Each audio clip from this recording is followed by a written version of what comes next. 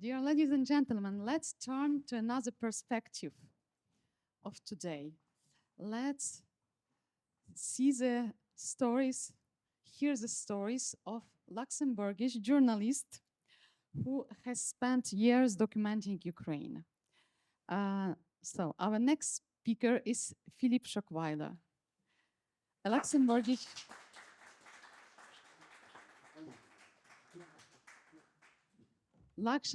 journalist, writer, documentary producer. Yes. Who has reported on Ukraine nearly for 2 decades. Yes. So, Philip, you started going in Ukraine in 2005. Yep. Long before. So just after the Maidan, for those who remember. And Philippe was covering a lot in the Luxembourgish and European outlets about what's going on in Ukraine, about full-scale Russian invasion. But not only. Philippe also co-produced a documentary called Cinema, a Luxembourgish Ukrainian co-production that won a dialogue prize at the film festival Cottbus 2024. I seen it, so I advise to you too to have a look. It's a very strong documentary. And tonight, Philippe will take us into his recent project called Under the Sirens, We Still Dance. It's a lyrical testimony to Kyiv night, where the city heartbeat continues even under the sound of sirens almost every night, to tell you. So the same after the presentation, you will have occasion to ask questions. I will change maybe the picture, or we can keep this one. This Please one is also welcome. nice. Please welcome Philippe Schockweiler.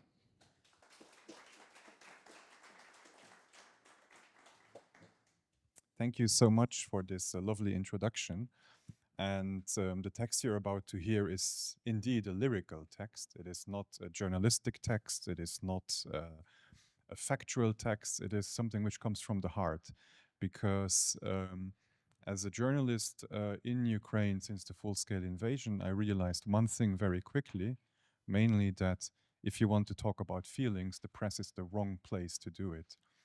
And I think that we can only share and foster real feelings towards also Ukraine and Ukrainian civilians if we do speak from the heart. And so this is a lyrical text, which is part of a book which is coming out next year. And this part is called Under the Sirens, We Still Dance. Autumn 2005. It is a cold Saturday morning in 2005 as I take my first solitary stroll down Khreshchatyk Street, this great aorta of Kyiv. It is actually my first time that I've traveled to Ukraine itself. Khreshchatyk, it's the crest, it's an avenue that's pulsing through the city like an aorta, from the storied loud halls of Bessarabka Market to the eternal white and blue Dnipro River. Above me in 2005, orange flags ripple proudly in the sweet breath of a new wind. Just weeks before, Ukrainians had once again taken to the streets, standing firm for democracy, dignity, and the right to shape their own future. The flags are symbol of the Orange Revolution, and they dance in the breeze. Their flapping seems to be the heartbeat of the city itself, a rhythm everybody seems to walk in step with. And each flag is not just a banner, but a declaration of defiance, of hope, of a future chosen independently and not a future chosen or imposed by others. And as dusk begins to fall on one of these beautiful late autumn days, I wander uphill to the Arch of Friendship, that towering, chromed half ring gifted by the Russians during the Soviet era. The Russians call this a token of unity, but standing here it resembles something far colder. Not a gift, but a shackle. Not friendship, but occupation. A symbol of a brutal marriage never consented to. The iron ring that a brutal husband puts on his trophy wife. And while European scholars speak of the Soviet Union, people here name it plainly Soviet terror and Soviet occupation. The arch gleams like a watchful eye, Sauron, looming above the city, whispering the old imperial creed. What my eye sees is mine, and where my language is spoken, I claim. And yet, beneath this arch, the people of Kyiv gather each night, defiant, not afraid. They have a hobby. They love to watch the sun melt into the Dnipro River, a river that feels more like a living memory than a body of water. It is the lifeline of the city, angeled, shimmering in cobalt colors, with both sorrow and strength. A body of water that feels that it has been capturing love and hate. And as the last golden light brushes the skyline, women lean more gently into their partner's arms, and the mingling confusion of voices of the crowd begins to quietly form a soft murmured prayer. Each passing second paints the river in new light, violet, amber, rose, and no one looks away. Each color is recorded and taken in. It is as though the entire city who gathers here is holding its breath and making a wish on the horizon for a better future. But the colors shift again. The sun disappears and the air grows colder. The wind sharpens just enough to make your cheeks cold, reminding you that winter is coming and that there is an old darkness around the corner, and the prying eye under which you are standing is still lurking above you. Children now grip their parents' hands a little firmer, the embraces tighten, and the eternal Dnipro River, that was glowing like polished metal before, has turned crimson and starts to look like aged blood. Angry white foam rides on its surface, like the ghost from the past, and we all feel that the ghosts from the past have woken up again. Summer 2025. How does a city live under the constant threat of death? How does a city breathe, laugh, and celebrate when each night brings the ominous sound of drone engines overhead and the sounds of rockets, the crackling of anti-aircraft fire, the rumble of explosion, and the ever-present possibility of devastation? Kyiv remains steadfast and unyielding, and the people of Kyiv are offering their own answers to it. People say life must go on, and it reminds us of what the British did during the London Blitz. The Kyivans are the same. They have embraced a defiant normalcy. A person tells me they throw rockets at us and we shall dance and sing. And suddenly this becomes not just a sentiment but a daily practice. And as the sun lingers longer in the sky during the warmer months, the streets in Kyiv come alive with renewed vigor. Between Bessarabka and Maidan, the sidewalks teem with life. Couples stroll hand in hand, the children laugh and chase each other, and the elderly, well, they sit on benches, sharing stories, selling flowers, but most importantly, watching as time goes by. The air is thick with the aroma of food, with melodies of buskers and music, the hum of conversations in Ukrainian and in Russian. In the heart of the vibrant tapestry of this city lies a sanctuary of Crimean Tatar culture and cuisine. It is called Musafir.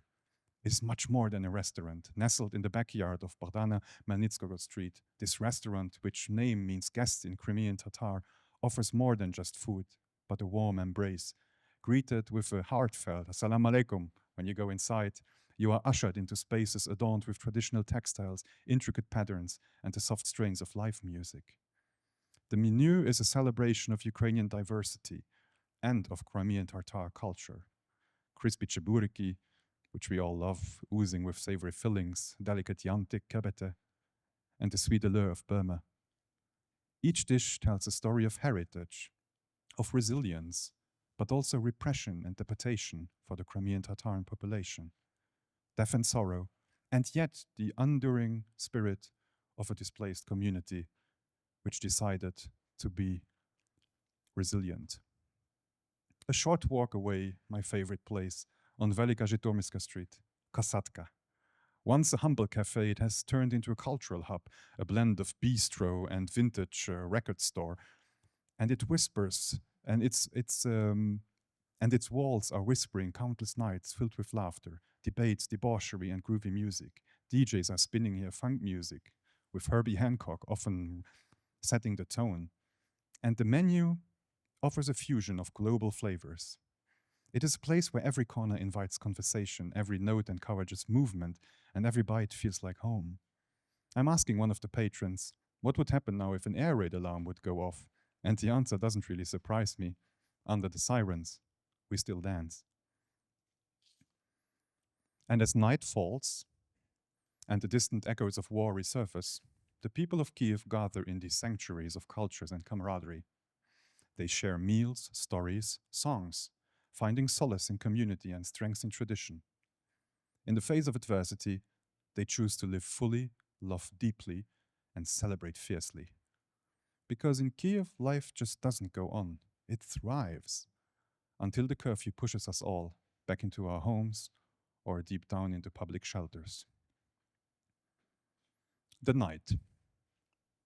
The air raid alarm suddenly howls again, a sound that doesn't just pierce the night, but cuts straight down to your spine. No matter how many times you hear it, it always brings back the first time you heard one. And it also brings back the worst time you heard one. It is the middle of the night, but you're not naturally already awake, because what is a good night's sleep? In this city, at least, no one can answer this question. This is the nightmare that never leaves, and people call life here.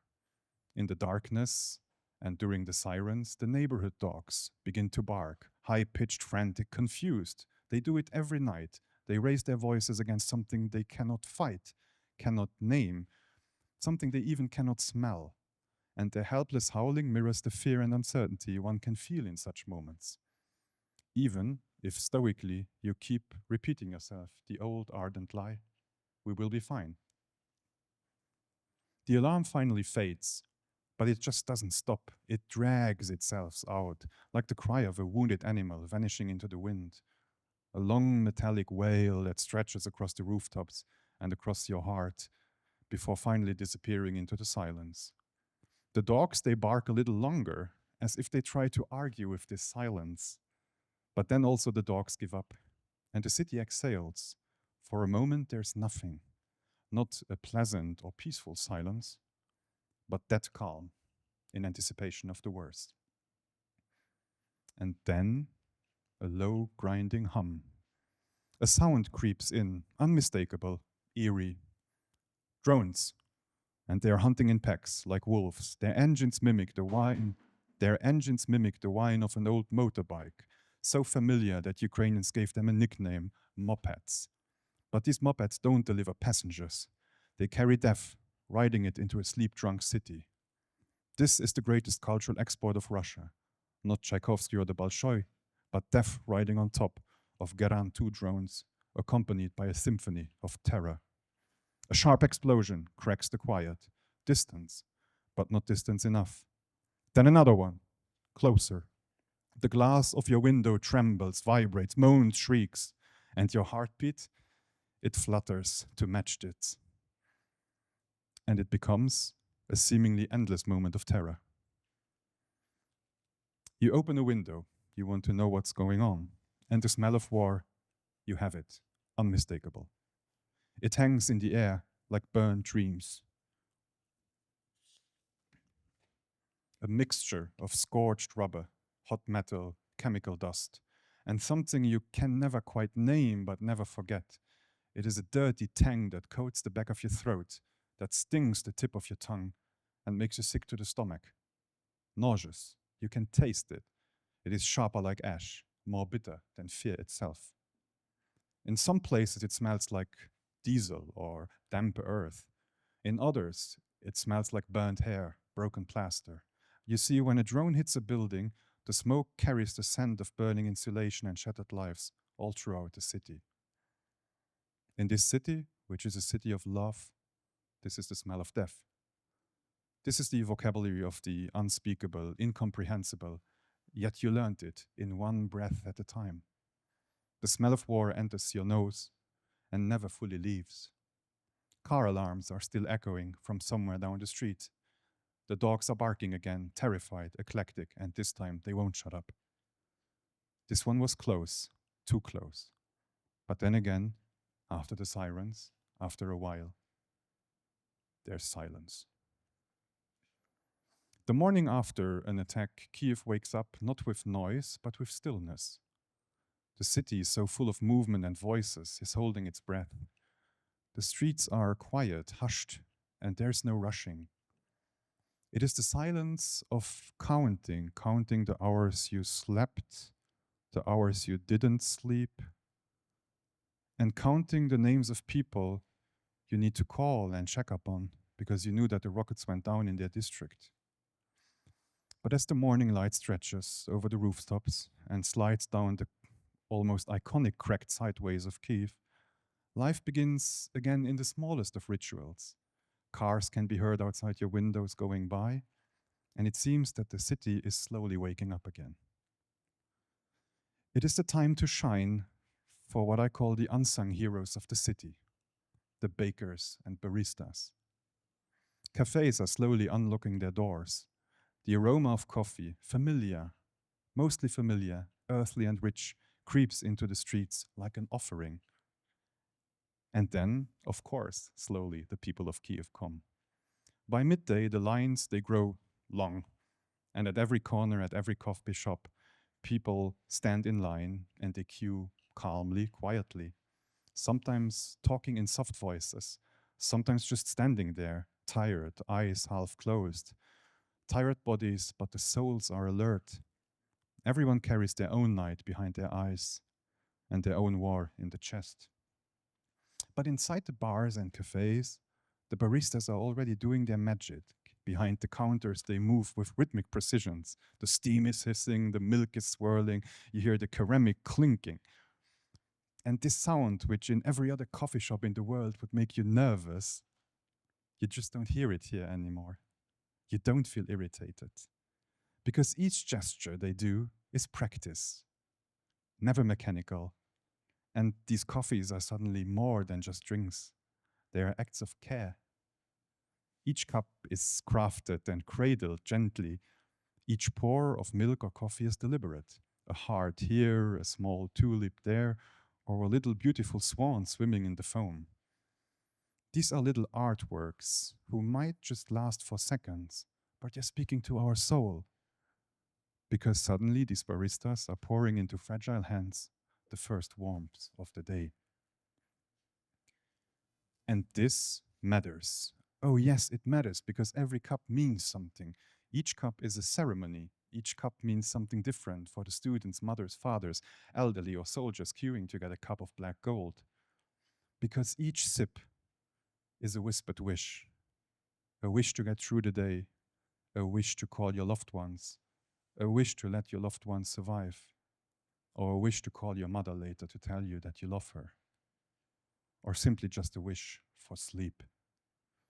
And as exhaustion clings to stiff necks and swollen eyelids, it is the heat of this coffee that begins to strip it away layer after layer like a Napoleon cake. And in each gulp, there is agency, movement, choice. Not just caffeine, but a reclaiming of the day and of life itself. And the baristas, suddenly they are not just coffee makers. They are essential workers with civilian armor. They are medics of the soul and of the morning rituals. Their work is essential. Their grace, unnoticed by many, is a quiet form of Ukrainian culture, resistance, and resilience. Every foam swirl is a brushstroke of defiance. Every refill, a vote for normalcy. Each cup, resilience, held warmly between trembling hands of the sleep-deprived. Because in a country that is under rocket and drone siege, even coffee becomes a declaration. We're still here, still alive, and we will eventually conquer evil.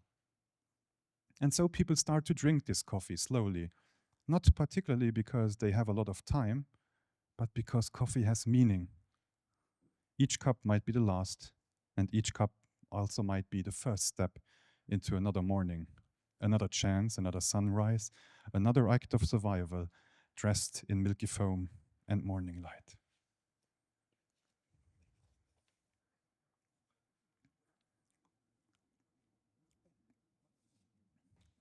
Later that day, as the weather clears up, we take a walk on the left bank of the city, together with a few other Ukrainian journalists in Rusanivka. And as the sun sets down over Mother Ukraine with her long sword and shield shadows, It is her armor and shadow that sends a protective screen and shadow over the city. The last golden light shines a very vivid light onto the city. And animated children's playgrounds are in Rusanivka. Hundreds of children play, there's laughter, there's happiness, because this is where people live.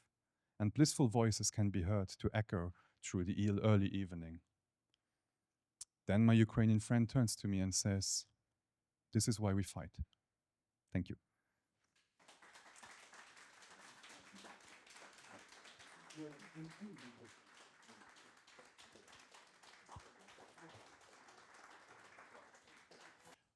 Invite you to answer or ask questions if there are any to me now. So is the book already written and where we can buy it? It is already written but not edited, which is takes the longest time and is kind of a void where you're sitting and waiting on the news, but it's for next year. Yeah, it will be also in English and published here. So And probably audio format as well, let's hope so. Yeah, it would be nice. because it would have been pleasant to listen. Thank you. Where can we buy your stuff to? also The support? documentary Cinema, which is basically a review of 30 years of Russian propaganda in Russian cinema, is currently still within the festival sphere. We're gonna move to the North American market quite soon, so it will be available broadly online probably in the middle of 2026, because we are still having some exclusive screenings for different markets. And it is also being screened now quite a lot on behalf of the cultural program by the Ministry of Foreign Affairs in Kyiv, who have adopted the film as a piece of Ukrainian counterculture. Thank you very much. I wanted to ask you, how many times do you visit or plan to visit Ukraine?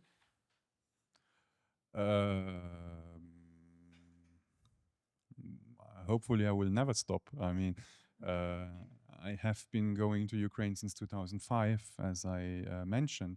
So especially when in 2014-15 the Russians started occupying the east end of Ukraine and Crimea, it was for me a starting point to go there more and tell these stories, because there is really a big ignorance within the West what is really happening there.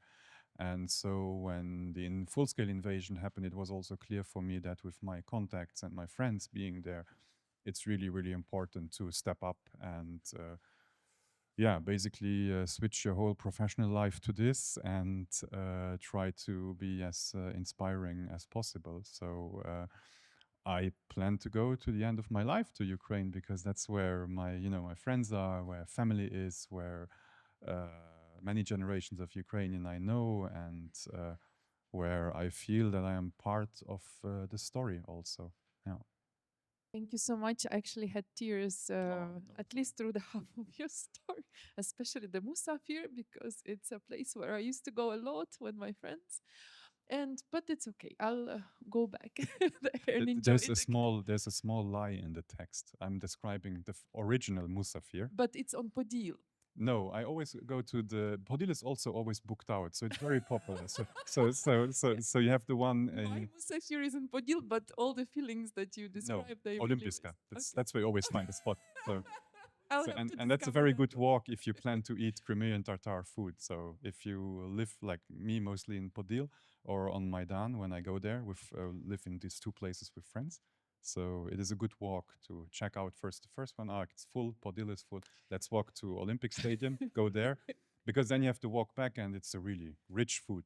I know, at least I don't know how many years of my life I spent strolling this specific triangle, so to say, because my university was near Olimpiska, and my workplace, my second workplace was there. But anyway, so I imagine I will discover. But my question is, because just 2 days ago, a colleague of mine, I work at Michel Lucius International School, and a colleague of mine from the primary school, we've done a humanitarian act a couple of years ago. I think in 2022 we donated some books to several Ukrainian schools. And as I was coordinating it, she asked again if there would be schools interested, because our school has more books to donate. And then just when I was saying bye, she turned to me. She's like, "But how is it? Does it feel better? Like, how is it now in Ukraine?" And I'm like, "What do you mean?" And it was exactly 2 nights ago. Yeah. And she's like, because I have a feeling that since we stopped hearing that much, since the focus on Ukraine is not as intense as it Yeah. used to be in the beginning of the war, we almost know nothing about what's going on there. That's what she said. And I gave her very brief um, piece of news of what happened 2 nights ago, and she was just terrified. And my question to you is, do you think like we could do something to keep people more aware, or is it, because to me, I think it's a big Russian propaganda that's continuing very successfully and it is prospering around Western Europe is one issue, but also at the same time, even though we feel like we do something, we try to do something on daily basis, but it's not enough to kind of keep people aware of what is happening. It's your professional field. Do you have any ideas, or maybe you have some plans to also kind of contribute to solving this issue? Thank you. Yeah, that's a very, very tough question because I think anytime, I mean, it's quite necessary for evil to win. It always needs the good to not do anything. Evil will always win on that condition, and I see this a lot with regards to the war in Ukraine, because unfortunately in this country we share a very, very long diplomatic I'm not going to call it liaison, but a diplomatic cult between Luxembourg and Russia. And this has been abolished a bit more in 2022, but still the diplomatic and the bilateral agreements between the two countries were really, really strong, going back to the Soviet times already, where basically the Soviet state banks were working in Luxembourg with different banks to bankroll, for instance, space program or the war in Afghanistan with hard currency. So this turned under Putin turned into business collaborations on many different levels, and so you already have this this kind of base of Russian propaganda here, which is amplified by the media we consume from both Germany and France. So we have, I would say, especially in France, also attending from the major news outlets, also pro-Russian tendency, especially in the left-leaning magazines and left-leaning journals, which has been better now with the invasion, but still it is historically there. So it makes it really, really tough here. So the difference I think that we can make here in Luxembourg is to tell the story of Ukraine, to organize events, to talk to people, to invite them through Ukrainian culture, through food, through movies, through also people. Because most people I know who are not so, into this war, they know always to choose their sides once they talk to a Russian and then to a Ukrainian person. It is quite evident that which side they then choose. But we need to get there. We need to create exchanges. We need not to stay unactive. I think every night we don't organize something or do an event, we leave the floor to the Russian propagandists, and they are many. And the worst thing is many of them are not even paid. So they are just simply disenfranchised people who think that this is the bastion or fortress of traditional values which will save Europe, in the country with the highest divorce rate and the highest rate of domestic violence and the highest rate of AIDS. Yeah, traditional values. But so we need to really also reach out to these people, as hard as it is. We need to turn those who are still able to be turned, and to reach their hearts and minds. And we need to do this every time, permanently, because otherwise evil will prevail if good doesn't act. You're welcome.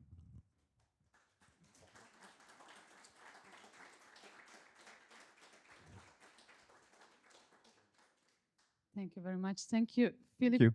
for joining us in this event. I think we are going in the right direction of what you are saying, what we are doing here today. This what you recommend. And thank you very much for this multi-emotional trip to Kyiv, this little time in Ukraine, because I really feel what you felt, what you were saying. I'm trying to go once per year in Ukraine for a couple of days because I cannot stay that calm under sirens. It's difficult, but still there is this energy, incredible energy of full life. Thank you very much.